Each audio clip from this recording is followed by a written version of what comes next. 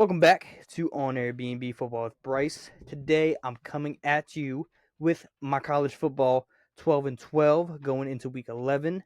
Didn't come out with one last week, was out sick, but there's nothing really that much changed in last week's really. There wasn't any upsets or anything, but this week there's a lot that happened, a lot of upsets, a lot of changes. But before we get into that, please make sure to like the video, subscribe to the channel, and then just please help us reach the goal of the channel where me and Brandon want to get to the stadiums, talk to you, the fans, talk to the players, talk to the coaches, tailgate, have fun, do all that good stuff, throw the goalposts in the rivers. That's what we want to do. That's what you guys want to do. That's what we want to see, but can't do that without you guys' help.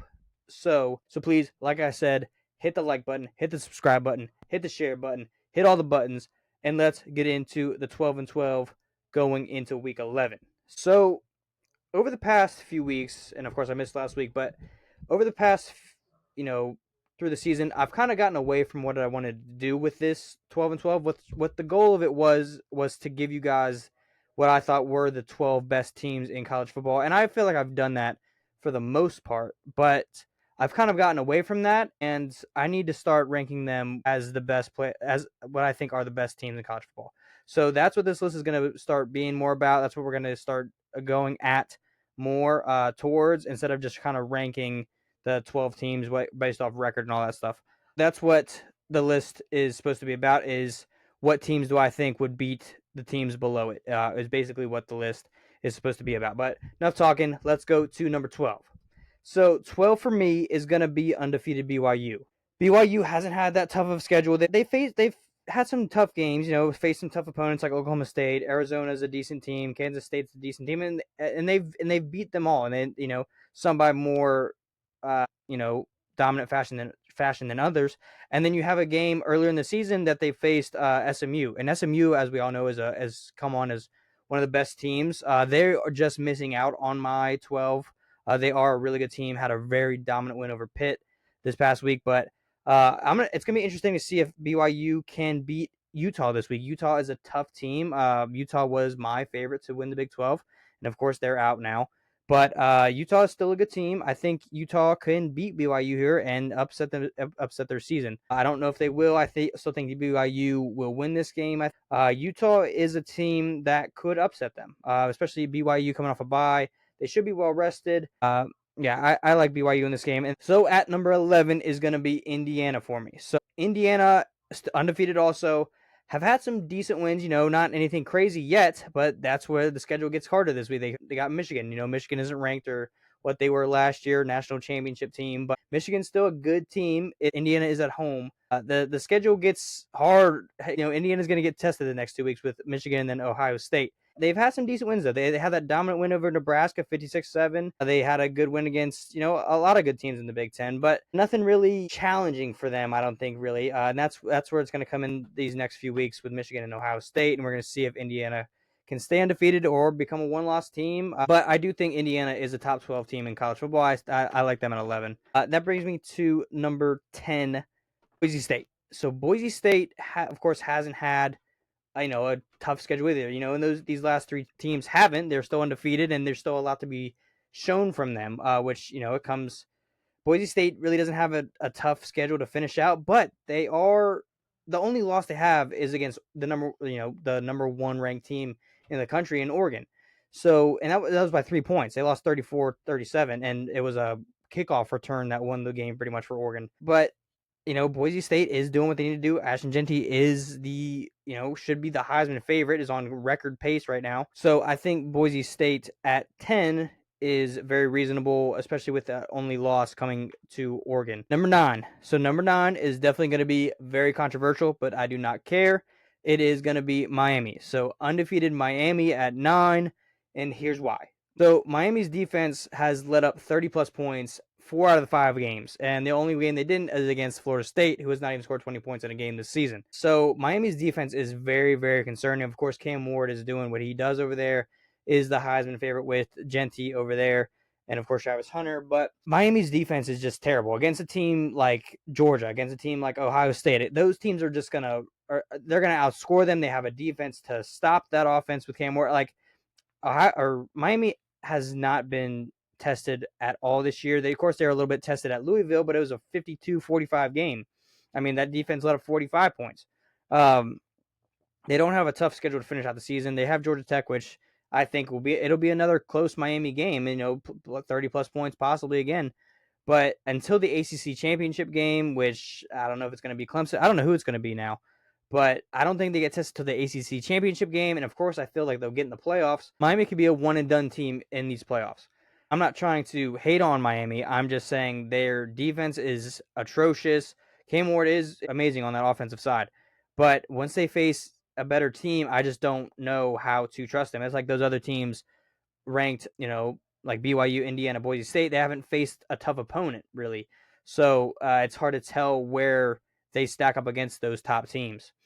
And that brings me to 8, which is a 2-loss Alabama team. I know, whatever. But Alabama is going to get in if they win out no matter what. Unless they lose to LSU this week, they don't have a very hard schedule. Oklahoma isn't what they were. The Iron Bowl is always going to be tough. So, I mean, that could throw them out right there. But this Alabama team is still good, still can beat anybody in the country, I feel like. Of course, beat Georgia. So that's why they're still ranked up here. This LSU game is big though. It is huge for them this year. LSU is a good team. I think it'll be close. Like it wasn't last year, but I think it's going to be a good game. I think Alabama is going to find its way into the playoffs, and no one wants to see Alabama in the playoffs. It brings me to 7, which is Notre Dame. So Notre Dame has been rolling since that Northern Illinois loss. They face Florida State. So Notre Dame, we're going to roll against Florida State this week. They're going to stay around. I've had them at around 8 the last few weeks, but they're going to move up to 7 for me. Number 6 is going to be Tennessee. So Tennessee is doing really good right now. Had that win against Bama and has been rolling. Had a little bit of a scare against Kentucky, but took care of business. Ended up winning by 10. They have a game against Mississippi State, who played tough against Georgia a few weeks ago. So we're going to see how they look in Knoxville. But then they got that big game against Georgia in 2 weeks, which is going to be huge playoff implications, huge SEC implications, which I'm interested to see. But moving to 5 is going to be Penn State, who lost to Ohio State, was an atrocious second half of a football game for them. Score was up 10-0, then was down 14-10, then scored a whole 3 points in the second half. Was awful to watch. Ohio State didn't beat Penn State in that game. Penn State beats themselves.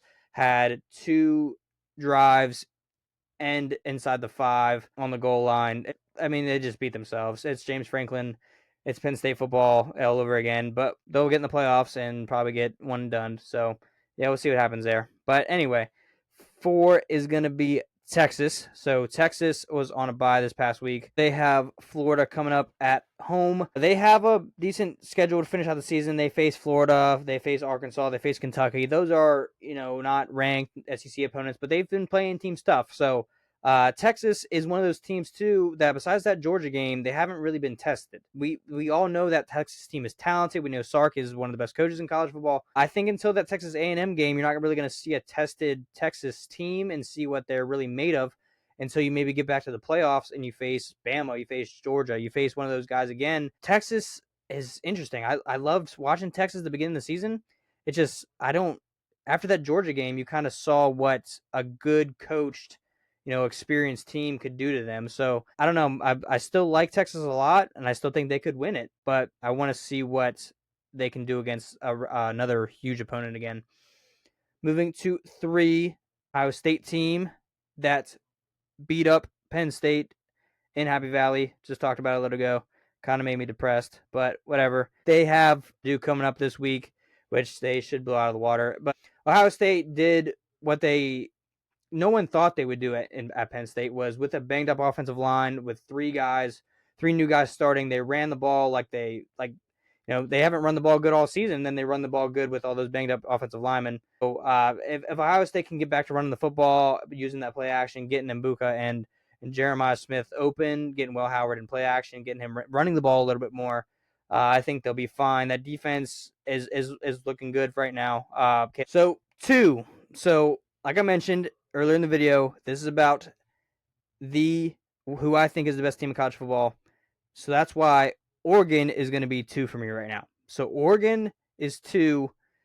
Oregon has been rolling lately. They've been doing good. They had the game against Ohio State where they won. They were at home, So it's going to be interesting to see if they face Ohio State later on in a neutral site in the Big Ten championship game. If that game is a different outcome.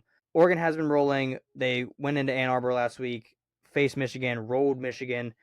Week before, rolled Illinois. Those were ranked teams at the beginning of the season. Of course, they weren't ranked anymore, but those are still good Big Ten teams that they're just rolling through right now.